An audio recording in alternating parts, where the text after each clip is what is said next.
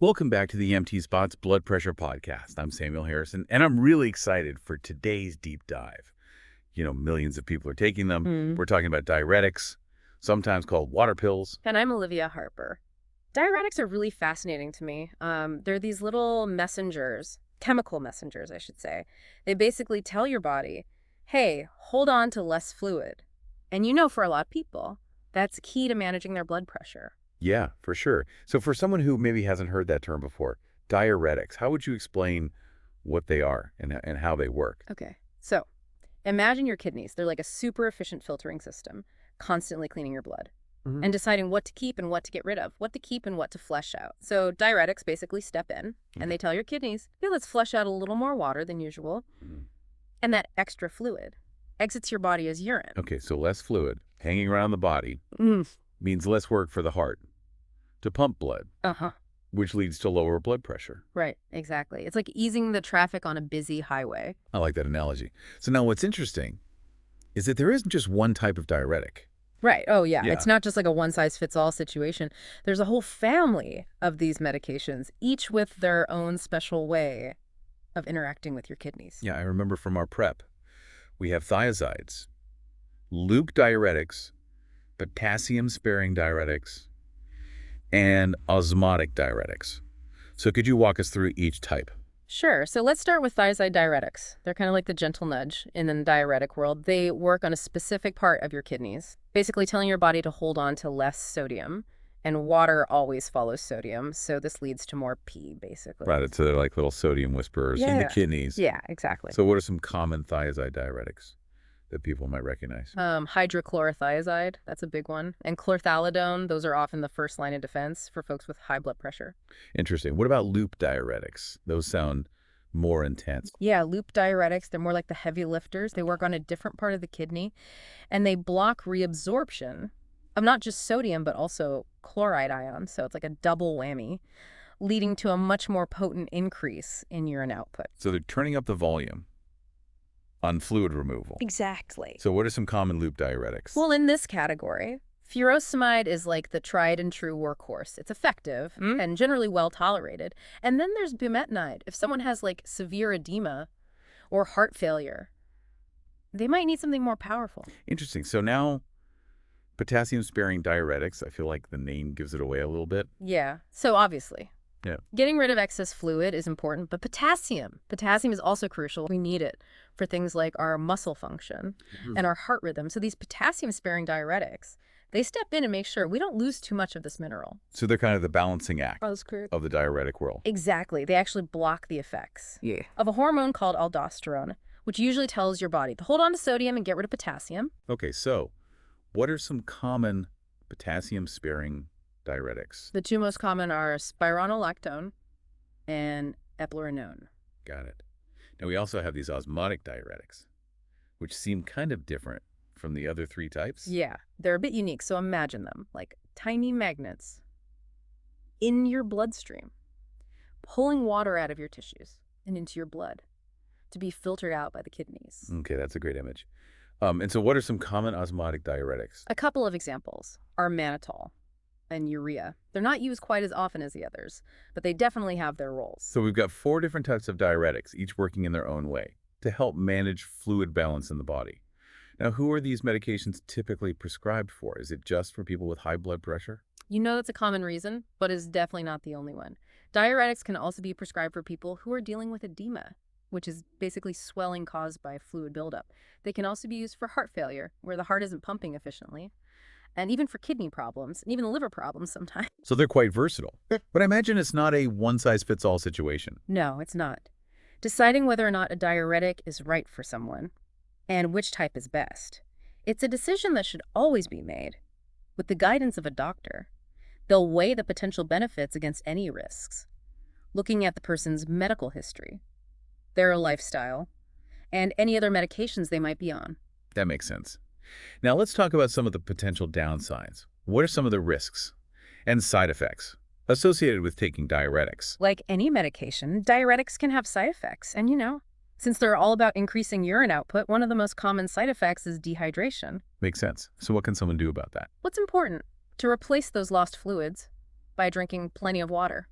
throughout the day. Right, you don't want to end up feeling like a dried out sponge. Exactly. Another common side effect is electrolyte imbalance.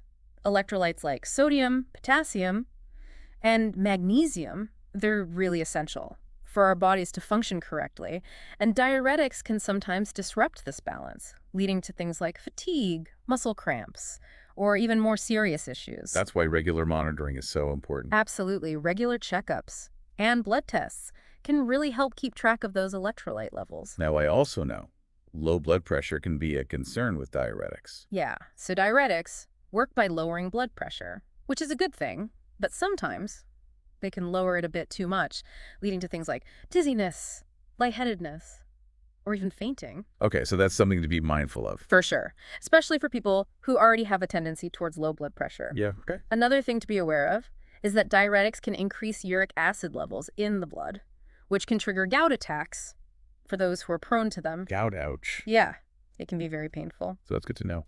And then let's talk about muscle cramps. Muscle cramps. I feel like we've all experienced those at some point. Yeah, for sure. And they're often linked to potassium loss.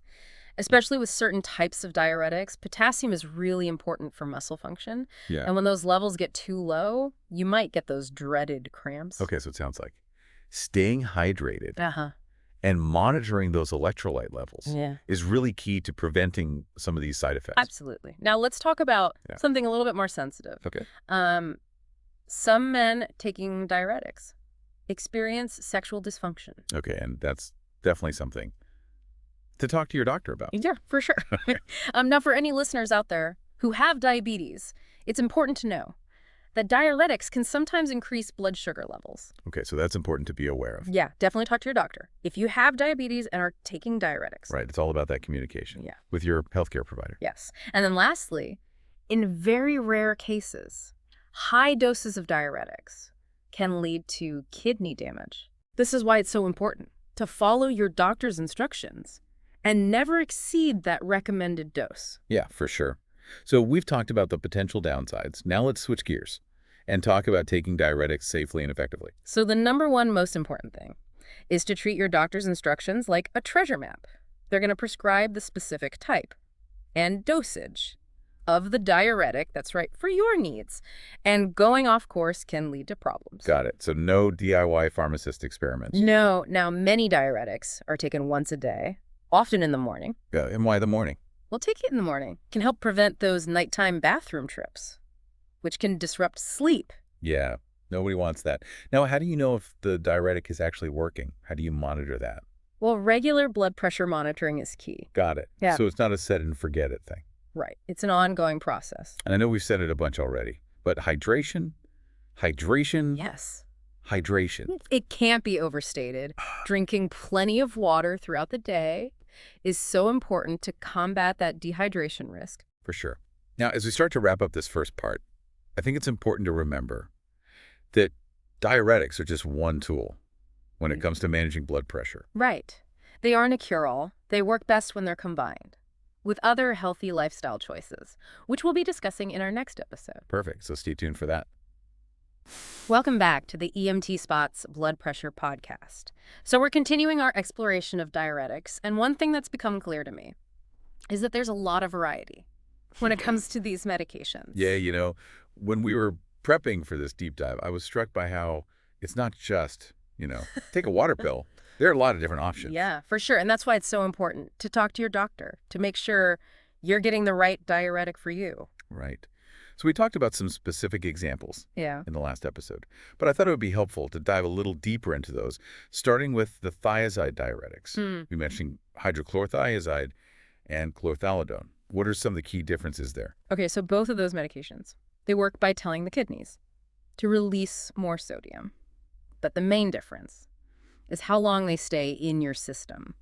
So chlorthalidone, it has a longer duration of action compared to hydrochlorothiazide. So someone taking chlorthalidone might have better blood pressure control throughout the day and night. Exactly. Fewer doses and potentially smoother blood pressure control. Makes sense.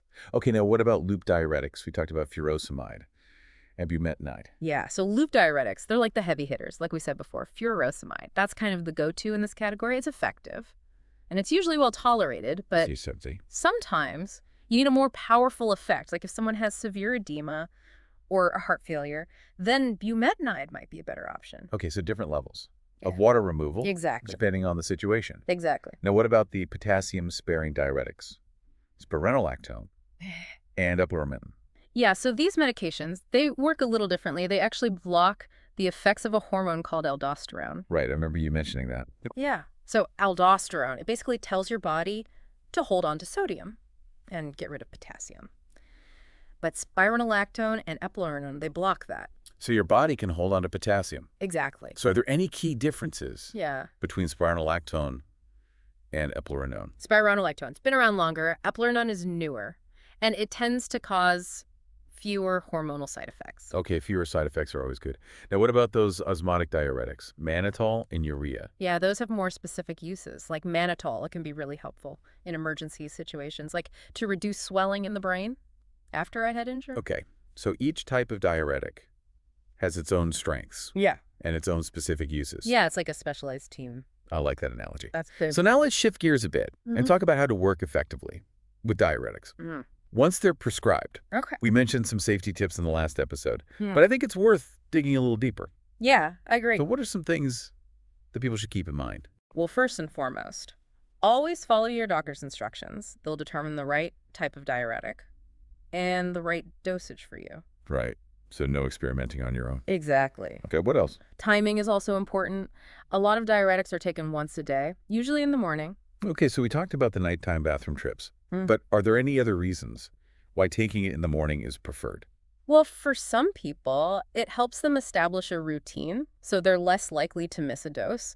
And for some diuretics, taking them in the morning might help them work better by syncing with your body's natural cycles. Interesting. So working with your body. Yeah. Now, we've talked a lot about hydration, Yes. but why is it so important? Well, think about it.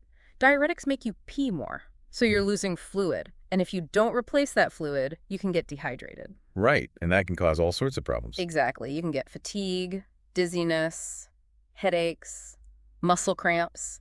So how much water should someone on diuretics be drinking? The general recommendation is 8 glasses a day, but it really depends on the individual. Right. Your activity level, the climate you live in. It's always best to talk to your doctor. And it's not just about water, right? No, other fluids count too. Yeah. Juice, tea, broth. So there are options. Yes. Now, are there any drinks that people should avoid? Sugary drinks. They can actually make your blood pressure worse. Right. Okay, so stick to water and other healthy drinks. Exactly. Now, I know we also mentioned briefly that diuretics can interact with other medications and supplements. Oh, yeah, for sure. So what are some things that people should be aware of? Well, for example, taking certain over-the-counter pain relievers, like ibuprofen or naproxen, Yeah. while you're on diuretics, can increase your risk of kidney problems. Okay, so even if it seems harmless, always talk to your doctor. Right, about all the medications you're taking. Got it. What about food? Alcohol is a big one. Drinking. Alcohol, while you're on diuretics, can increase your risk of dehydration and low blood pressure. So it's best to avoid it. Yeah, or at least limit it. What about food? If you're taking a potassium-sparing diuretic, you might need to be careful about how much potassium you're getting from food. Interesting. Yeah, too much potassium can be a problem too. So moderation is key, Yeah, even with healthy foods. exactly. And what about exercise? Exercise is great for you, but you do need to be mindful when you're on diuretics. How so? Well, when you exercise, you sweat, and that means you're losing fluid. So on top of the diuretic, you're losing even more fluid. So double the fluid loss. Right. So what's the advice there? Just be sure to drink plenty of fluids before, during, and after your workout. And listen to your body. If you're feeling dehydrated, take a break. Good advice.